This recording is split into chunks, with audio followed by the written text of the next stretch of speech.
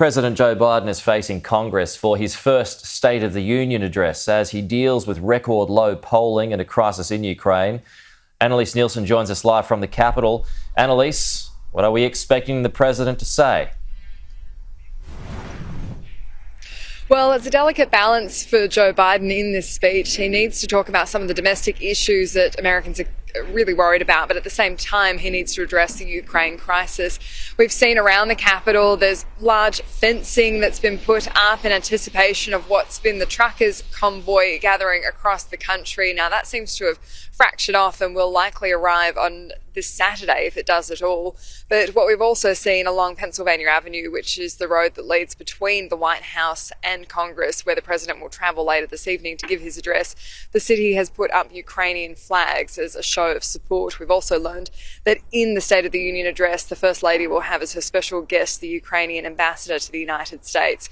So this is likely to be a really historic speech for Joe Biden, and an especially difficult one as he faces record low polling for the president. He's got 37% of people who approve of the job he's doing generally, and that's far outshadowed by the 55% who disapprove of the job he's doing. The point that the Republicans keep making is about cost of living, and this is really intertwined with the Ukraine crisis. We've got gas prices now $1 higher a gallon than they were this time last year, and Republicans say that the Democrats need to be investing in more oil to try and get those gas prices down.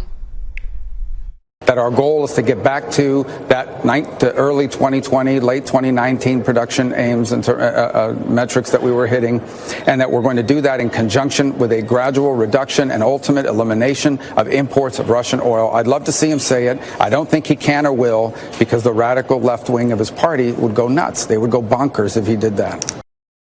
He already recently tapped into the Strategic Petroleum Reserve just last fall, which had an impact. But I would say the Keystone Pipeline.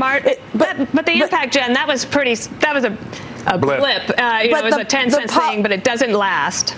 But Dana, the policies you mentioned, I know Senator Cotton and others have mentioned these. They are not policies that would address the issue at all. Pete, this morning, President Biden spoke with Ukrainian President Vladimir Zelensky about the support that Americans are giving them. There's also discussion of a bill in Congress today to try and get more funding to help support the Ukrainian resistance. Annalise Nielsen, that's live from Washington, D.C. Thank you, Annalise, and do join us for the President's State of the Union address. And that'll be live and in full right here on Sky, 1 o'clock this afternoon, Eastern Daylight Time.